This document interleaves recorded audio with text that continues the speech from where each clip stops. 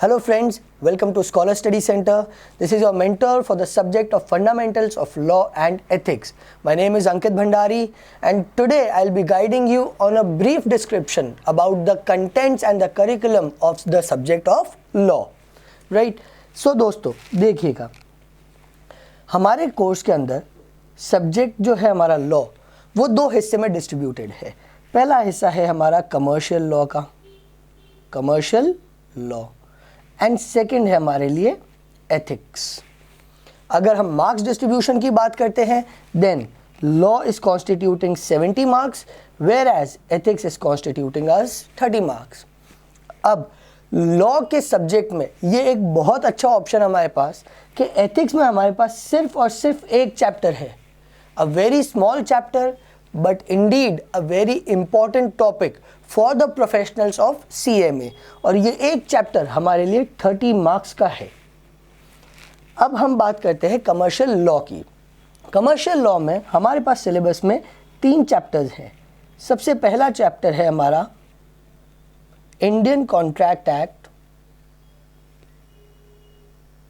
1872. Second है हमारे पास sales of goods act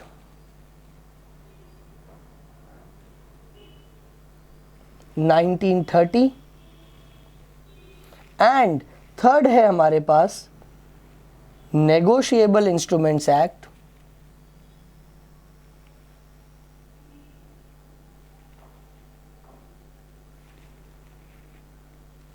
1881.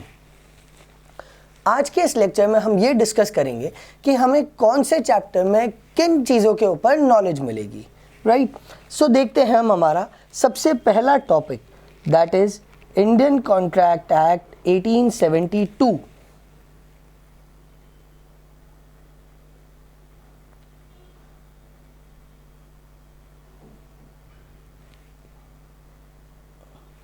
A very important topic with respect to every professional course that we study in commerce. देखिए, Indian Contract Act 1872 that means बहुत पहले बनाया गया था ये लॉ. राइट, ब्रिटिशर्स के टाइम में ये लॉ इंडिया में इनकॉर्पोरेट हुआ. इस लॉ के अंदर हमें किन किन चीज़ों पर नॉलेज मिलेगा हम वो देखते हैं. सबसे पहले हमें नॉलेज मिलेगा अबाउट कॉन्ट्रैक्ट, कि कॉन्ट्रैक्ट होता क्या है, कॉन्ट्रैक्ट बनाया कैसे जाता है, उस कॉन्ट्रैक्ट में क्या क्या एसेंशियल एलिमेंट्स प्रेजेंट होने चाहिए, तभी एक अग्रीमेंट को कॉन्ट्रैक्ट कहा जा सकता है. देन सेकंड हम इसमें पढ़ते हैं टाइप्स ऑफ कॉन्ट्रैक्ट. कॉन्ट्रैक्ट के भी बहुत सारे टाइप्स हैं जो हमने आगे के लेक्चर में डिस्कस किया हुआ है कि कौन कौन से कॉन्ट्रैक्ट बनाए जा सकते हैं एंड उन कॉन्ट्रैक्ट्स की क्या वैलिडिटीज है. सो नेक्स्ट हमारे लिए टॉपिक आता है essentials of a valid contract. अब एसेंशियल्स होते क्या है. एसेंशियल्स का बहुत सिंपल मीनिंग है कि एक कॉन्ट्रैक्ट को सही और वैलिड कॉन्ट्रैक्ट बनाने के लिए उसमें क्या क्या पॉइंट्स मौजूद होने चाहिए, उसमें क्या क्या कंपल्शंस होने चाहिए उसमें. राइट, अब जब हम बात करेंगे एसेंशियल्स की तो हमारे पास आगे का जो पूरा चैप्टर है वो डिस्कस कर रहा है कि एसेंशियल्स में क्या क्या पर्टिकुलर प्रोविजंस है. फॉर एग्जाम्पल एक एसेंशियल होता है ऑफर एंड एक्सेप्टेंस. अब जब हम इसको डिटेल में पढ़ेंगे चैप्टर में तो हम ये पढ़ेंगे कि ऑफर होता क्या है, ऑफर के भी कितने टाइप्स होते हैं, और एक ऑफर को वैलिड ऑफर बनाने के लिए उसमें क्या क्या एसेंशियल एलिमेंट्स होने चाहिए. सिमिलरली एक एसेंशियल हम पढ़ेंगे कैपेसिटी टू कॉन्ट्रैक्ट. अब कैपेसिटी टू कॉन्ट्रैक्ट के अंदर भी बहुत सारे प्रोविजंस हैं जो डिटेल में इस चैप्टर में डिस्कस किए गए हैं कि कौन कौन लोग कॉन्ट्रैक्ट में एंटर होने के कैपेबल हैं और कौन कौन लोग कॉन्ट्रैक्ट में एंटर होने के कैपेबल नहीं है. राइट, देन एसेंशियल्स डिस्कस करने के बाद एक बहुत इंपॉर्टेंट टॉपिक जो कॉन्ट्रैक्ट एक्ट में डिस्कस किया जाता है that is discharge of a contract. Discharge से ही लिंक्ड एक और टॉपिक है हमारे लिए that is breach of a contract. अब ये दोनों टॉपिक हैं क्या. देखिए, डिस्चार्ज ऑफ अ कॉन्ट्रैक्ट क्या बताता है कि किन सिचुएशंस में या किन कंडीशन में जो पार्टीज टू द कॉन्ट्रैक्ट है वो अपने अपने ऑब्लिगेशन से फ्री हो जाते हैं। Eight the same time breach of a contract क्या बताता है? देखिए, ब्रीच का मतलब होता है किसी भी रूल को तोड़ना। सो ब्रीच ऑफ अ कॉन्ट्रैक्ट क्या हो गया कि अगर किसी भी पार्टी ने जो कॉन्ट्रैक्ट में एंटर हो चुके हैं, अगर उनमें से किसी पार्टी ने कोई भी टर्म्स एंड कंडीशन कॉन्ट्रैक्ट के ब्रीच किए, तो जिस पार्टी को नुकसान हुआ है उसके पास क्या रेमेडीज अवेलेबल है ताकि उसके नुकसान की भरपाई की जा सके। राइट, सो ये एक बेसिक ओवरव्यू था about the Indian Contract Act 1872। Next जो हमारे सिलेबस में है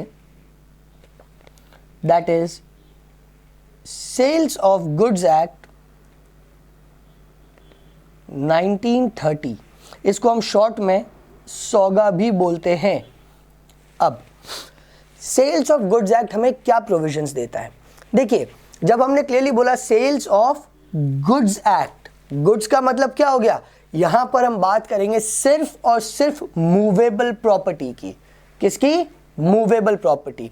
बिकॉज इमूवेबल प्रॉपर्टी को कवर किया गया है in the transfer of property act. वो एक अलग एक्ट है जो हमारे करिकुलम का पार्ट नहीं है। अब प्रॉपर्टी की जब हम बात कर रहे हैं मूवेबल प्रॉपर्टी की, तो मूवेबल प्रॉपर्टी के अंदर भी एक और टाइप की प्रॉपर्टी होती है जिसे हम बोलते हैं एक्शनेबल क्लेम्स। क्या बोलेंगे?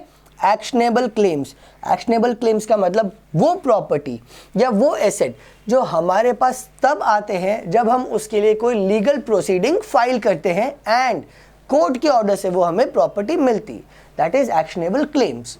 एक्शनेबल क्लेम्स को भी सेल्स ऑफ गुड्स एक्ट में कवर नहीं किया गया है। Right, so Sales of goods Act में हमें क्या क्या पता चलेगा? सबसे पहली चीज हम पढ़ेंगे कि सेल क्या होता है एंड कॉन्ट्रैक्ट फॉर सेल क्या होता है।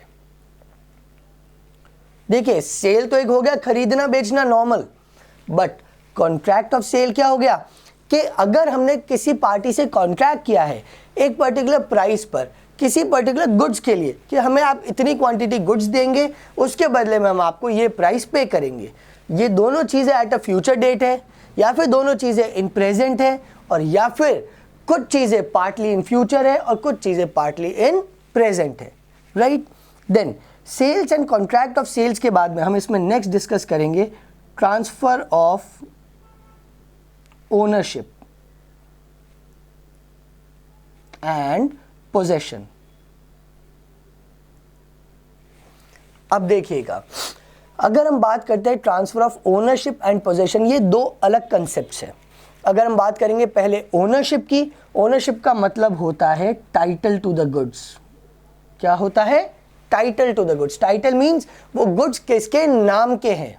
राइट, बट जब हम बात करते हैं पोजेशन की, तो हम पोजेशन में ये कहते हैं कि इस वक्त वो गुड्स किसके हाथ में अवेलेबल हैं।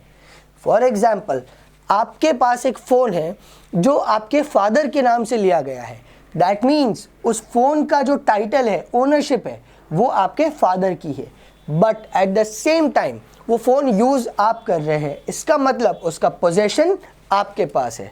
राइट, देन नेक्स्ट हम इसमें पढ़ेंगे एक बहुत important topic that is condition and warranty. अब वारंटी वर्ड तो आप सबने काफ़ी बार सुना होगा। आप कुछ प्रोडक्ट्स खरीदते हैं तो आप पूछते भी हैं दुकानदार से कि इस प्रोडक्ट की कितनी वारंटी मिलेगी। वारंटी का मतलब क्या होता है कि अगर उस प्रोडक्ट ने उस वारंटी पीरियड में जो प्रोसेसिंग या जो फंक्शंस बताए गए हैं वो अगर परफॉर्म नहीं कर पाया, या उस प्रोडक्ट में कोई डिफेक्ट निकला जिसे हम बोलेंगे manufacturing defect, in that case हम वारंटी क्लेम करके हमारे प्रोडक्ट को एक्सचेंज करवा सकते हैं या फिर हम हमारे प्रोडक्ट की प्राइस वापस ले सकते हैं। राइट, बट बहुत इंपॉर्टेंट चीज़ है जो हम ले मैन की तरह नहीं समझ पाते, वो होता है कंडीशंस। जब भी हमें कोई भी प्रोडक्ट पे वारंटी मिलती है तो वो वारंटी के साथ हमेशा अटैच्ड होती है कंडीशन। कंडीशन क्या होती है कि इस प्रोडक्ट को, एक्स प्रोडक्ट को हम किस तरह से यूज़ करेंगे तब उसकी वारंटी हमारे लिए एप्लीकेबल होगी। फॉर एग्जाम्पल देखिएगा, अब मैं आपको एक बहुत अच्छा प्रैक्टिकल लाइफ एग्जाम्पल देता हूँ। आप लोग मोबाइल्स खरीदते हैं तो मोबाइल फ़ोन के अंदर फ़ोन की तो हमारे पास 1 साल की वारंटी आती है, राइट। उसकी बैटरी की भी 1 साल की वारंटी आई सपोज। 1 साल की वारंटी का मतलब जो बैटरी के ऊपर, मोबाइल फोन्स में बैटरी के ऊपर जो 1 साल की वारंटी है, इसका मतलब ये नहीं है कि बैटरी 1 साल तक सही चलेगी ही चलेगी, नहीं। बैटरी की 1 साल की वारंटी का मतलब है कि बैटरी 365 चार्जिंग के लिए वैलिड है, राइट। किसके लिए? 365 चार्जिंग। 365 चार्जिंग का मतलब 1 ईयर ऑफ चार्जिंग अगर हम डेली सिर्फ एक बार चार्ज करें। सपोज आप डेली 2 बार चार्ज करते हैं तो आपकी बैटरी की लाइफ सिर्फ और सिर्फ 180 रह जाती है। That means 180 days. क्यों? क्योंकि 360 into divided by 2 that means 180, right. So condition in warranty में क्या होता है कि हमें जो कंडीशंस बताई गई है उन गुड्स को यूज करने की, अगर हम उन कंडीशंस को फॉलो करते हैं तब वारंटी एप्लीकेबल है, अदरवाइज वो वारंटी हट जाती, राइट। देन नेक्स्ट एक बहुत इंपॉर्टेंट कंसेप्ट और जो हम इसमें पढ़ेंगे दैट इज अनपेड सेलर। देखिए, सेलर का मतलब जो पर्सन अपने गुड्स बेच रहा है, बट अनपेड सेलर जिसने अपने गुड्स तो बेच दिए बट अभी तक उसको पैसा नहीं मिला, राइट। अब अनपेड सेलर वाले टॉपिक में हम क्या पढ़ेंगे? हम इसमें ये देखेंगे कि एक अनपेड सेलर अनपेड कब होता है and at the same time उस अनपेड सेलर के पास क्या क्या राइट्स अवेलेबल है, राइट फ्रेंड्स। सो जब हम सेल्स ऑफ गुड्स एक्ट की बात करते हैं, ये हमारे लिए एग्जाम में 20 मार्क्स कॉन्स्टिट्यूट करता है। That means exam point of view से ये भी एक बहुत इंपॉर्टेंट एक्ट है। और जैसे कि अभी हमने कॉन्ट्रैक्ट एक्ट के बारे में समझा था, कॉन्ट्रैक्ट एक्ट हमारे लिए एग्जाम्स में 40 मार्क्स का है। सो ऑलमोस्ट 40% सिलेबस कवर हो जाता है अगर हम सिर्फ कॉन्ट्रैक्ट एक्ट पढ़ते हैं। देन नेक्स्ट जो हमारे सिलेबस में थर्ड लॉ है that is negotiable instruments act. Negotiable instruments act 1881 again बहुत पुराना एक्ट है। अब ये एक्ट हमें क्या बताएगा? नेगोशिएबल इंस्ट्रूमेंट होते क्या हैं? ऐसे इंस्ट्रूमेंट्स जो मनी की वर्थ के होते हैं एंड जिन्हें मनी की जगह यूज किया जाता है for the payment of any transaction, right. And ये जो इंस्ट्रूमेंट्स है ये नेगोशिएट किए जा सकते हैं, एंडोर्स किए जा सकते हैं, राइट। इसके डिटेल्ड प्रोविजंस जब हम ये एक्ट पढ़ेंगे तब समझेंगे। इस एक्ट में हमें क्या क्या सीखने को मिलेगा? सबसे पहला कि इंस्ट्रूमेंट्स किस किस टाइप के होते हैं। जो हम नेगोशिएबल इंस्ट्रूमेंट्स की बात कर रहे हैं वो कितनी वैरायटी के होते हैं? जो हमारे सिलेबस में कवर होंगे वो है 3 वैरायटी के। एक है चेक, दूसरा है बिल्स ऑफ एक्सचेंज एंड तीसरा है प्रॉमिसरी नोट्स। हम इन तीनों के डिटेल्ड प्रोविजन समझेंगे। ये तीनों सुनने में कुछ हद तक एक जैसे लग सकते हैं बट इन तीनों में काफ़ी मेजर डिफरेंसेस हैं, राइट। देन सेकंड हम इस टॉपिक में पढ़ेंगे इन तीनों के डिफरेंसेस के बारे में कि इन तीनों में दैट इज एक चेक, एक बिल ऑफ एक्सचेंज एंड एक प्रॉमिसरी नोट में डिफरेंसेस क्या हैं। इसके बाद में हम इसमें एक इम्पॉर्टेंट टॉपिक समझते हैं that is crossing. Crossing exam point of view से एक बहुत इंपॉर्टेंट टॉपिक है सीएमए फाउंडेशन के अंदर, स्पेशली बिकॉज एग्जाम्स में हमेशा क्रॉसिंग ऑफ अ चेक के ऊपर क्वेश्चंस मिलता है। एटलीस्ट एक क्वेश्चन तो आता ही है इसके ऊपर, राइट। सो यहाँ पर हम देखते हैं कि टोटल हमारा फाउंडेशन के अंदर कमर्शियल लॉ 70 मार्क्स का है, जिसमें से 40 मार्क्स कवर हो गए हैं हमारे इंडियन कॉन्ट्रैक्ट एक्ट में, 20 मार्क्स हमारे कवर हो चुके हैं सेल्स ऑफ गुड्स एक्ट में। तो कितने मार्क्स बच गए? It remains only 10 marks. और वो 10 मार्क्स किसके हो गए? नेगोशिएबल इंस्ट्रूमेंट्स एक्ट के, राइट। अब बहुत इंपॉर्टेंट और अच्छी चीज़ मैं आप लोगों को बताने जा रहा हूँ। हमारे सिलेबस में 70 मार्क्स में लॉ का कंसेप्ट क्या था और कंटेंट क्या था वो तो हमने देखा, बट 30 मार्क्स के लिए हमारे पास एक टॉपिक है दैट इज एथिक्स। इस एथिक्स में हमारे पास एक ही चैप्टर अवेलेबल है और वो चैप्टर हमें क्या बताता है? वो चैप्टर हमें सबसे पहले बताएगा कि एथिक्स होता क्या है।